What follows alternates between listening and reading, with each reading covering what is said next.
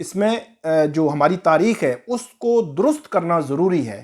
تو عدالت کی جانب سے، چیف جسٹس عطر من اللہ کی جانب سے یہ سوال کیا گیا کہ یہ عدالت جو ہے وہ تاریخ درست کرنے کے لیے نہیں بیٹھی، بلکہ آپ آرٹیکل 199 کے تحت اگر آپ کی جو ریٹ ہے وہ بنتی ہے تو آپ ہمیں سیٹسفائی کریں۔ لیکن جو پٹیشنر ہیں ان کی جانب سے مطمئن نہیں کیا گیا،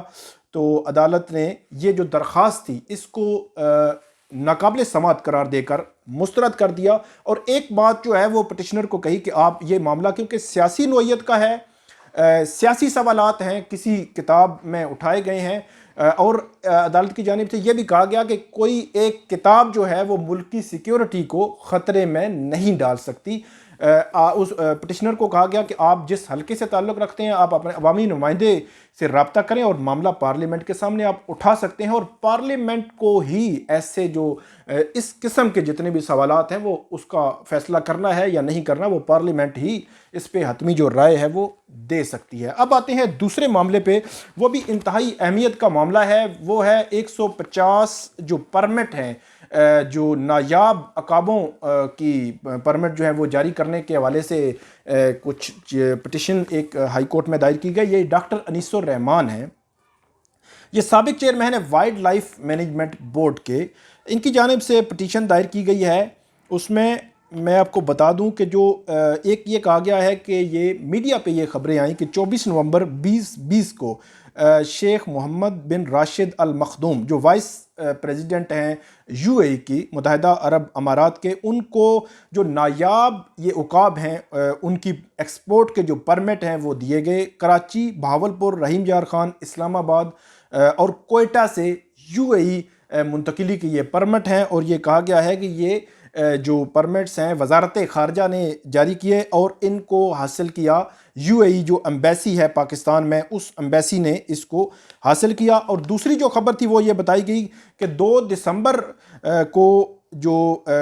کراؤن ہے سعودی عرب کے، ان کو بھی جو تلور کا شکار ہے اس کی اجازت دی گئی اور اس کا پرمٹ جو ہے وہ جاری کیا گیا۔ اس کے علاوہ جو کراؤن ہے سعودی عرب کے، ان کے علاوہ بھی انہوں نے کہا کہ کچھ پرمٹس جاری کیے گئے۔ یہ 2 بنیادی چیزیں ہیں جس کی بنیاد پر یہ پٹیشن جو ہے وہ دائر کی گئی۔ اب اسلام آباد ہائی کورٹ میں اس کیس کی سماعت ہوئی ہے، اس میں 2 صفحات کا فیصلہ جو ہے، جو آرڈر ہے، تحریری آرڈر ہے، وہ میرے سامنے موجود ہے، وہ میں